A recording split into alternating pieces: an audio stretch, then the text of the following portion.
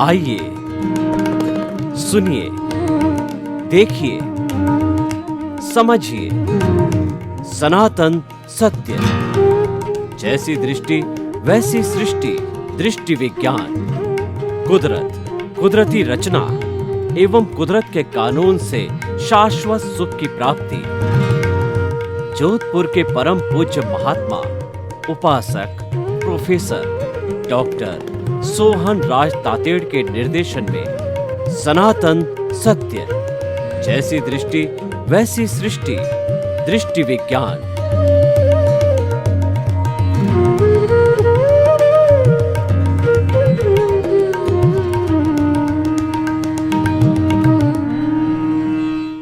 भाई और बहनों, मातृशक्ति को नमन। आज का हमारा बहुत सुंदर विषय, हम मुक्त होना क्यों चाहते हैं। सनातन सत्य में हम आपको इस विश्व की अल्टीमेट रियलिटी, सार्वभौम सत्य और the thing of the world हम आपको देते हैं। तो वो क्यों देते हैं? क्योंकि आपको शाश्वत सुख मिल जावे। यही बात मुक्त होने पर लागू होती है कि हम मुक्त होना क्यों चाहते हैं।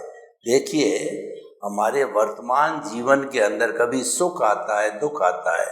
पूरे जीवन भर हम सुख और दुख के पलड़े में झूलते रहते हैं। इस जन्म में नहीं, पिछले अनादि अनंत जन्मों में हमने कितनी बार दुख पाया और कितना सुख पाया।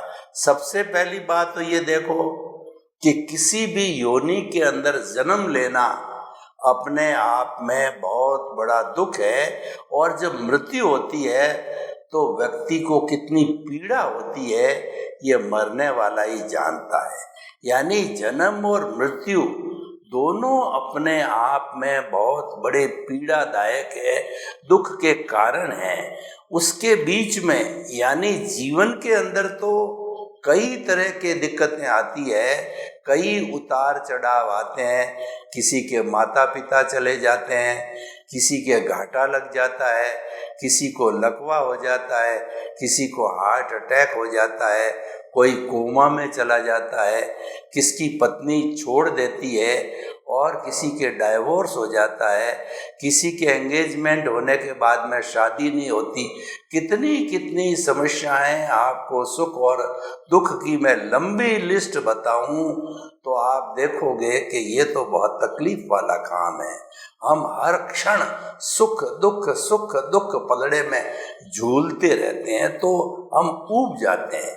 मानव प्रकृति है कि लगातार एक सा काम करते करते वह ऊब जाता है, इसीलिए वो चेंज चाहता है। व्यक्ति हिल स्टेशन पर क्यों जाता है? वहाँ मानसिक शांति के लिए कि गृहस्थी का या धंधे का या नौकरी का काम करते करते, प्रेशर सहन करते करते बहुत दिमाग भारी हो जाता है। तो दिमाग को हल्का करने के लिए लोग जो है हिल स्टेशन पर जाते हैं। दिमाग को हल्का करने के लिए लोग मेडिटेशन करते हैं, लोग अनुलोम विलोम श्वास प्रक्रिया करते हैं। यानी कि व्यक्ति चेंज चाहता है और ये दुनिया में भी यही होता है। हर क्षण हर वस्तु बदलती रहती है, ये दुनिया स्वयं चेंज वाली है। तो इसीलिए चेंज होना जरूरी है और चेंज प्रकृति का नियम है। तो दोनों एक ही बात है कि मनुष्य भी जब ऊब जाता है तो ये सोचता है कि मुझे तो परमानेंट सुख मिले, तो मैं झंझट से दूर हूँ। हमारा स्वयं का मकान होता है तो हम एडिशन कराते हैं, अल्ट्रेशन कराते हैं, बगीचा लगाते हैं, डेकोरेट करते हैं, फर्नीचर लगाते हैं, उसको हर तरीके से एक महल बनाने की कोशिश करते हैं, क्योंकि वो खुद का मकान है। पट्टा हमारे नाम है, उसको कोई खाली कराने वाला नहीं है। और किराए का मकान हो तो क्या आप इतना करोगे? आपको मालिक परमिशन भी नहीं देगा, और अगर वो कहेगा आपको जो कराना है वो आप अपने पैसों पर कराओ तो अपने पैसे लगा करके डेकोरेशन करो और 11 महीने के बाद में मकान खाली कर दो, तो क्या अर्थ क्या हुआ? तो कहने का अर्थ ये है कि हम स्थायित्व चाहते हैं, हम परमानेंसी चाहते हैं। कोई भी व्यक्ति अगर नौकरी कर रहा है, उसकी टेम्परेरी नौकरी हो कि 5-6 महीने हुए कह दिया घर जाओ, फिर जो है साल भर के बाद कह के आ जाओ, तो व्यक्ति साल भर घर बैठा रहेगा, क्या खाएगा, क्या अपने परिवार को खिलाएगा? तो इस तरीके से हम जीवन के अंदर स्थायित्व चाहते हैं। स्थायित्व है शांति देता है, सुकून देता है, और व्यक्ति स्थायित्व पाने के बाद में वो सेटल्ड हो जाता है। हम कहते हैं कि अपने बच्चों को सेटल करो। सेटल करने का मतलब है उनको एक जीवन का दर्शन मिल जावे, जीवन का एक स्थायित्व पथ मिल जावे, शादी हो जावे, उसको रोजगार मिल जावे और वो अपने पैरों पर खड़ा हो जावे, अपने परिवार का पालन पोषण कर ले। ये स्थायित्व होता है। तो भाई और बहनों, स्थायित्व प्राप्त करने के लिए हम मुक्ति चाहते हैं। ये भीतरी जगत की बात है। अभी मैंने सारा बाहरी जगत की बातें की। भीतरी जगत में भी क्या होता है कि हमारे प्रभु का साम्राज्य है, और प्रभु के साम्राज्य के अंदर उदय और प्रारब्ध चलता रहता है, और भाव बदलते रहते हैं, चार्ज होता रहता है, डिस्चार्ज होता है। इसका सारा नियंत्रण भीतरी जगत में है। अज्ञा करती है और प्रज्ञा करती है, ज्ञान करता है और अज्ञान करता है। ये सब भीतरी बातें हैं। तो भीतरी बातों में भी सबसे मुख्य बात जो स्थायित्व की है वो मुक्ति है। हमारी भारतीय संस्कृति में लाइफ स्टाइल को मुख्य 4 भागों में बांटा गया: अर्थ, काम, धर्म और मोक्ष। अर्थ और काम है हमारे गृहस्थ जीवन के साधन है। काम शरीर की आवश्यकता है, और पूरा गृहस्थ जीवन जो है वो अर्थ बिना नहीं चलता है। ऐसा कहा जाता है कि अगर गृहस्थी के पास में धन न हो तो वो 1 कौड़ी का भी नहीं है, और अगर अशुद्ध साधु है और उसके पास में धन कंचन कामिनी हो तो वह भी कौड़ी का नहीं है, यूजलेस है। तो क्योंकि सन्यासी के पास पैसा नहीं होता है, पैसा आसक्ति का कारण है, और पैसा जो है वो भटकाने वाला होता है, वो मोह पैदा करता है। गृहस्थी तो मोह के संसार के अंदर डूबा हुआ है ही है, उसको छोड़ करके ही तो वो सन्यास लेता है। लेकिन सन्यास में फिर जाकर के कंचन कामनी के चक्कर में, मठ के चक्कर में, धन के चक्कर में पड़ जावे तो फिर तो अच्छा ही था कि वो गृहस्थ में रहे। सन्यासी क्यों लेता है कि वो जल्दी मुक्त होना चाहता है, उसको समय मिल जाता है अपने भीतर विराजमान शुद्ध आत्मा भगवान को याद करने में, उनसे वार्तालाप करने में, उनसे बराबर संपर्क बनाए रखने में, ज्ञाता दृष्टा बनने में, दृष्टि विज्ञान करने में, वेद विज्ञान करने में उसको समय मिल जाता है। हरि अनंत, हरि कथा अनंत, उस हरि की कथा करने का समय मिल जाता है।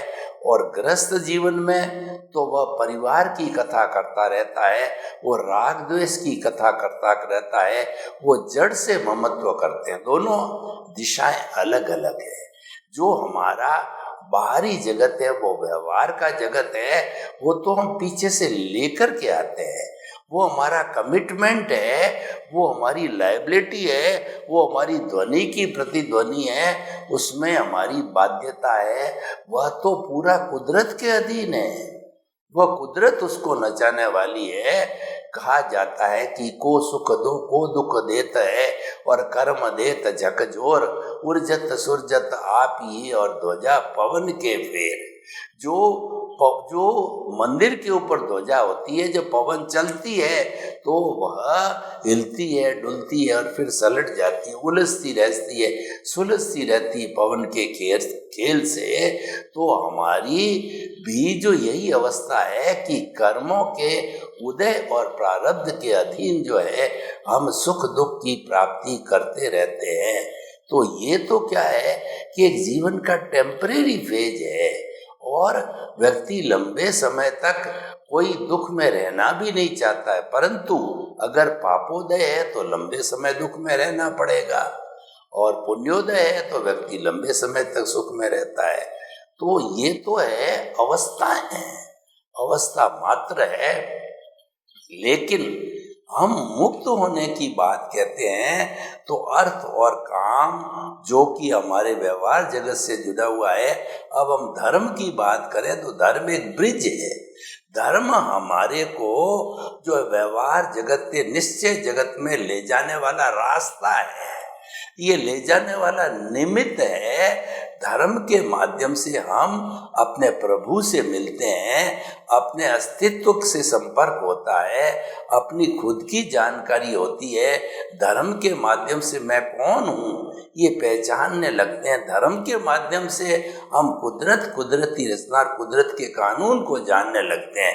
देखिए, हमारा सनातन सत्य कार्यक्रम है, वो किसी भी मंदिर, भगवान, मंत्र, रिचुअल्स और किसी भी चीज से, संप्रदाय आदि किसी से भी जुड़ा हुआ नहीं है।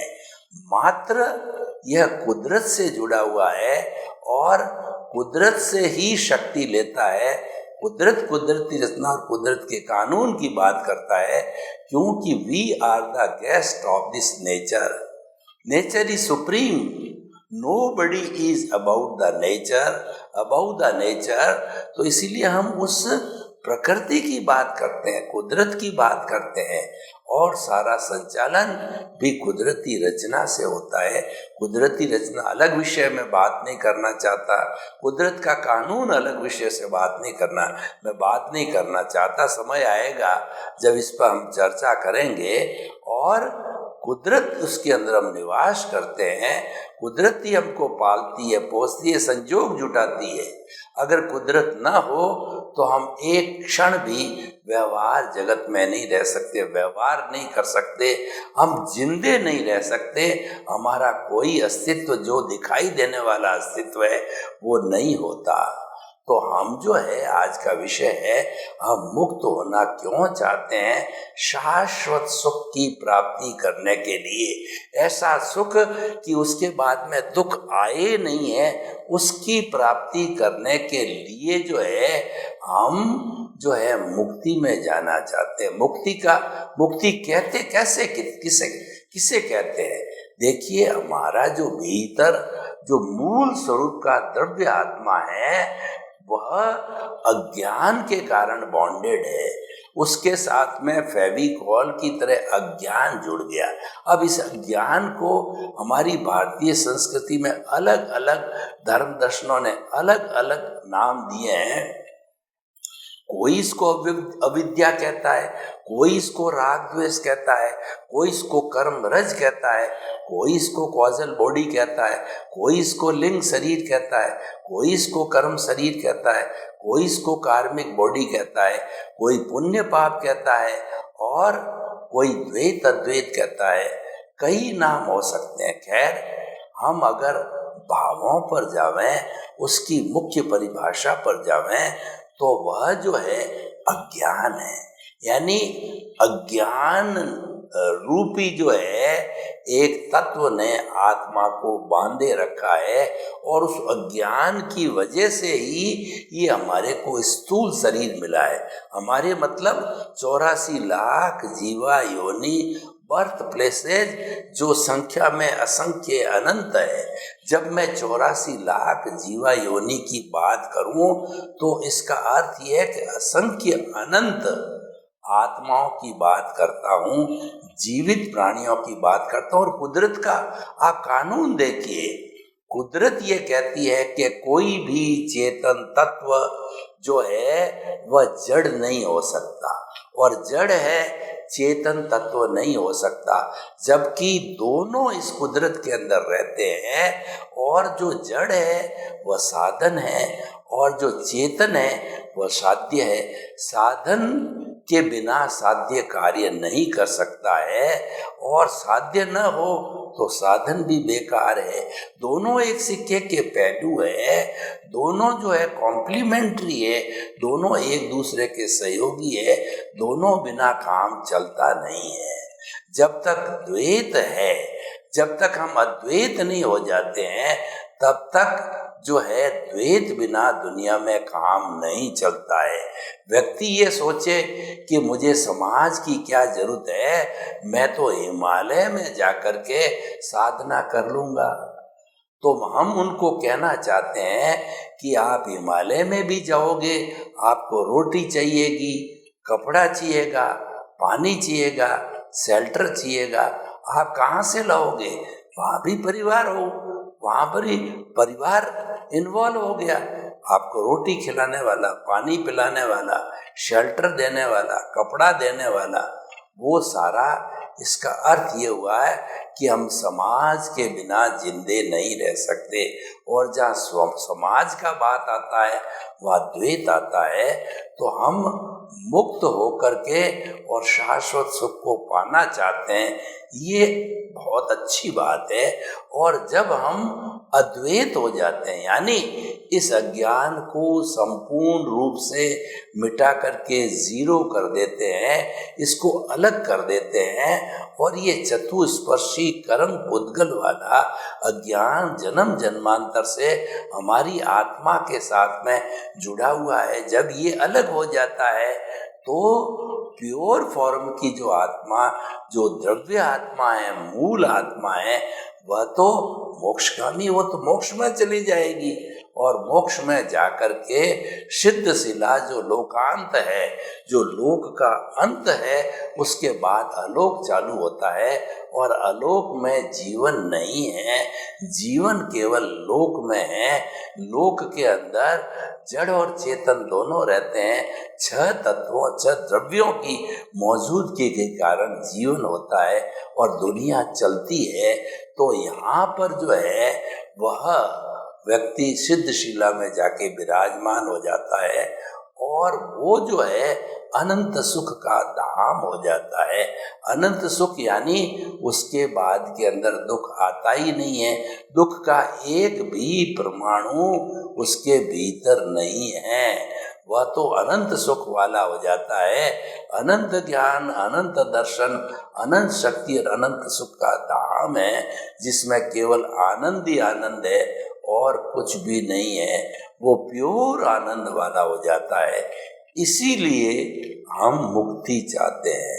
और देखिए, मुक्ति में हमको स्वतंत्रता रहती है।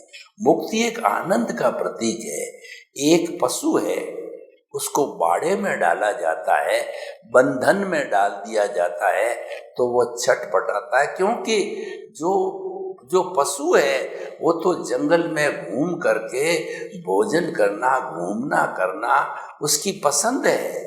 एक जो पक्षी है वो जब आकाश में उड़ता है आनंदित होता है। उसको पिंजरे में डाल दो तो वो स्वतंत्रता महसूस करता है, वो कैद महसूस करता है, वो प्रसन्नता महसूस नहीं करता है, वो बंधन महसूस करता है, वो मुक्त होना चाहता है। एक कैदी को अगर जेल के अंदर डाल दिया जाए तो वो छटपटाता है, क्योंकि अपने गृहस्थ जीवन में तो वह नजर ऊपर उठा करके चलता है, वो गृहस्थी वाला होता है और बड़ा आनंद का जीवन जीता है। लेकिन कैदी जो है वह पराधीनता का जीवन जीता है, उसको तो खाने को सही भोजन भी नहीं मिलता है, और सबसे बड़ी बात है कि वह अपनी इंसल्ट फील करता है। तो वो पराधीन है और वह स्वतंत्र नहीं है। न तो सुख स्थायी है, न दुख स्थायी है। सुख आता है और दुख चला जाता है, दुख आता है और सुख चला जाता है। एक सिक्के के 2 पहलू है। धूप आती है, छांव आती है, रात होती है, दिन होता है। एक की एक बात में बदलाव होता रहता है। तो इसीलिए वो तो जड़ है, वो नाशवान है, और वो तो हम लेकर के आए हैं, वो तो एक मन वचन काया की बैटरियां हैं जो पिछले जन्म से चार्ज करके लाए हैं। वो इस जन्म के अंदर वो मात्र डिस्चार्ज हो रही है। हमको एक भी अतिरिक्त सांस लेने की स्वतंत्रता नहीं है। और जब हमारा जीवन चल रहा है हम कर्ता बन जाते हैं। यह मैंने किया, घर मैंने बनाया, मैं और मेरा के साथ अटैच हो जाते हैं। मेरा घर, मेरा धन, मेरा परिवार, मैं बड़ा व्यक्ति, मेरा इतना पद है, मेरी इतनी प्रतिष्ठा है और मैं ऐसा करता हूँ, मैं कुबेरपति हूँ। जो ही हम कर्ता बन गए त्यों ही कर्म का बंधन चालू हो गया, अज्ञान चालू हो गया। और इसको हम समझते हैं कि मैं पुरुषार्थ कर रहा हूँ, और हम समझते हैं कि हम पुरुषार्थ नहीं करेंगे तो पीछे रह जाएंगे। एक बार क्या हुआ कि मैं जो बॉम्बे के अंदर जो ट्रामवेज होती है जिसपे लोग लटक करके लोकल एक स्थान से दूसरे स्थान तक जाते हैं, तो मैंने पूछा भैया तुम क्यों भाग रहे हो?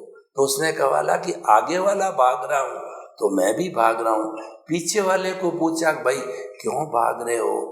कि आगे वाला भाग रहा है जब मैं पीछे वाला भाग रहा हूँ। हमको पता नहीं है, हम तो एक दूसरे की होड़ होड़ के अंदर भाग रहे हैं। हमने कोई जीवन का लक्ष्य तय नहीं किया। हम सुख को ढूंढ रहे हैं कि भोजन में सुख है, धन में सुख है, स्त्री में सुख है और अन्य अन्य साधनों में सुख है। हम ढूंढ रहे हैं, लेकिन वो तो क्षणिक सुख है। सुख तो हमारे भीतर है, सुख का दरिया भीतर बैठा है। हम मृग तृष्णा के अंदर डूब गए कि जो कस्तूरी होती है वो मृग के नाभि में होती है, उसकी खुशबू चारों तरफ फैलती है, तो वह मृग इधर भागता है उधर भागता है। उसको पता नहीं कि खुशबू कहाँ से आ रही है। कोई ज्ञानी पुरुष मिलता है, उसको कहता है कि तेरी नाभि में कस्तूरी, उसमें से खुशबू आ रही, उसको ज्ञान देता है। मैं कौन हूँ उसकी जानकारी कराता है कि सुख तो तेरे भीतर है, उसको ढूंढो, यानी भीतरी जगत में गोते लगाओ। मैं कौन हूँ अपने अस्तित्व की जानकारी करो। जब अस्तित्व की जानकारी होगी तब तुम मुक्ति की नींव लगा दोगे। हमारा सनातन सत्य भी यही कहता है कि आप अकर्ता बन जाओ। अकर्ता बनने का अर्थ ये हुआ कि आप जो है वो अंतर आत्मा की सीट पर बैठ गए, कर्ता पे आपकी चौकड़ी लग गई। No ownership, no doership, no blame, no claim. पूरे जीवन भर नहीं, मुक्ति में जाने तक आपने ज्ञान लेकर के मुक्ति में जाने तक ये सारा एक रूम के अंदर आपने बंद कर दिया। और आप इस भावधारा पर आ गए कि संसार में जितने भी जीव हैं वो मेरी दृष्टि के अंदर निमित्त है, निर्दोष है, अकर्ता है और शुद्ध आत्मा है। निमित्त, निर्दोष, अकर्ता और शुद्ध आत्मा हम मानने लग जाते हैं तो देखिए हमारी मुक्ति कितनी जल्दी होती है। जो ही हम ये पोजीशन आत्मा का स्थान प्राप्त कर लेते हैं तो उसके साथ में बहुत से परिवर्तन आते हैं। देखिए हमारे व्यवहार जगत में भी कोई भी व्यक्ति जब मिनिस्टर बनता है तो कितने चेंज आते हैं। उसको सरकारी गाड़ी मिलती है, सरकारी बंगला मिलता है, गाड़ी पे झंडा लगता है, उसको नौकर मिलते हैं, उसको कई असिस्टेंट मिलते हैं, सब उसको सैल्यूट ठोकने वाले मिलते हैं। वो महसूस करता है कि मैं तो राजा बन गया। तो इसी तरीके से जब हम अकर्ता बने, यानी जब हम जो है वो आत्म पद पर आ गए, तो आत्म पद पर आने के बाद के अंदर हमारे में बहुत बड़ा परिवर्तन हो जाता है। हम ज्ञाता दृष्टा बन जाते हैं कि जो कुछ भी हमारा व्यवहार जगत का भुगतान चल रहा है उसको मात्र हम जानने वाले, देखने वाले बन जाते हैं। हम चिंतन करते हैं कि वो तो मेरा पड़ोसी है, मैं तो अलग हूँ। यानी हम भेद विज्ञान करते हैं कि शरीर अलग, आत्मा अलग, मन वचन काया तथा उससे जुड़ी हुई अवस्था मात्र कुदरती रचना है। इस शरीर का संचालन तो कुदरत करने वाली मैं ये नहीं हूँ, क्योंकि जड़ के कानून है वो कुदरत के कानून है। मेरे पे कुदरत का कानून लागू नहीं होता है, क्योंकि मैं तो मंत्री हूँ, मैं तो राजा हूँ। मेरे पे दूसरे का हुक्म कैसे चलेगा? मैं तो खुद हुक्म चलाने वाला हूँ। यानी कि मैं तो मन वचन काया से मुक्त ऐसा शुद्ध आत्मा हूँ। जब आप आत्मा पद पर बैठ गए और शुद्ध आत्मा बनने का लक्ष्य बना दिया कि मुझे तो परमात्मा बनना है, और जो आज का विषय है कि मुझे तो मुक्त होना है क्योंकि मुझे शाश्वत सुख चाहिए। हम मुक्त होना क्यों चाहते हैं? शाश्वत सुख की प्राप्ति के लिए मुक्त होना चाहते हैं।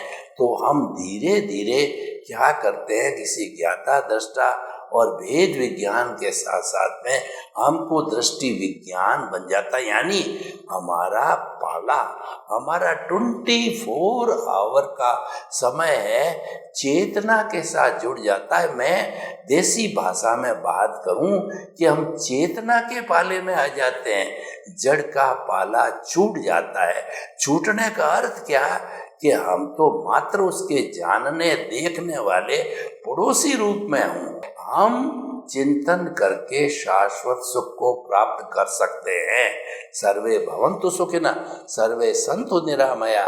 लोक के सब जीवों को सुख मिले, शांति मिले, आनंद मिले, प्रेम मिले, सौहार्द मिले, और सभी परमानेंट सुख को प्राप्त करने के लिए, मुक्ति को प्राप्त हो, आपके प्रति मंगल भावना। ओम शांति, ओम शांति, ओम शांति।